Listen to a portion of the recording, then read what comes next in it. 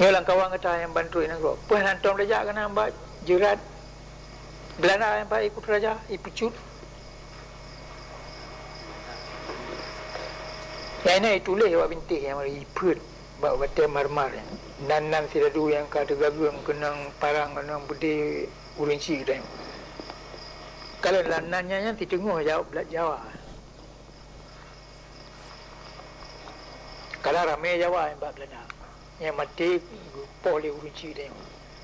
Mau tulis nan awak bintik yang Soeharto, Soekarno, Cokro Mijoyo hana kada pura-puranya. Payah kalau nyawa piakin ro tu nyo Jawa nyo musuh pusaka dia.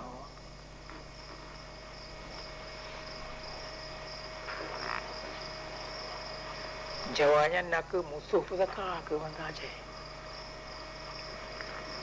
Musuh pusaka ke ro ke nyo mandu. Menyanyi ro ke mana aja. Ya nak rasa ro li mana aja.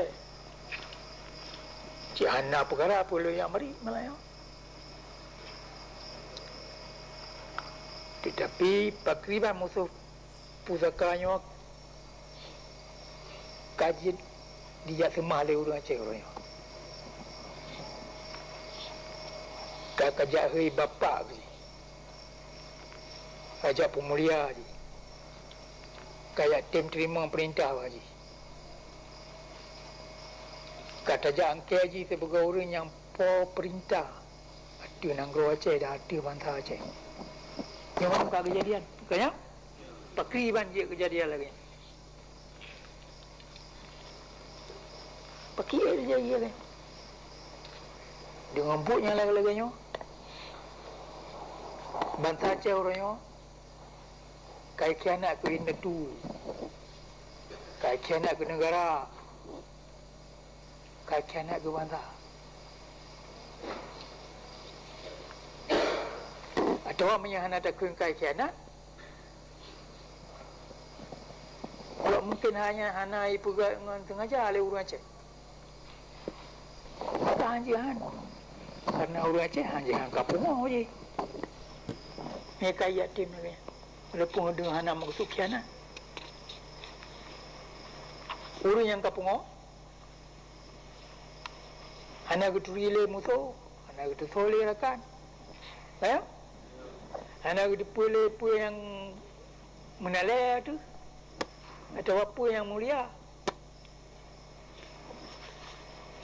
Anak itu pulih yang benar, apa yang salah.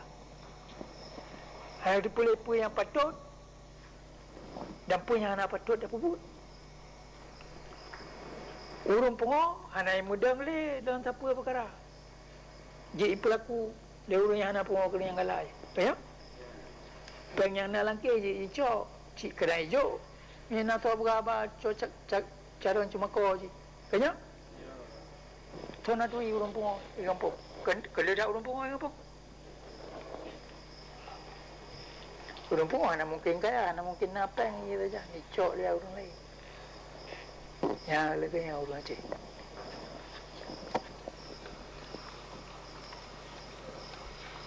Orang Aceh lagi orangnya hana itu soro ini.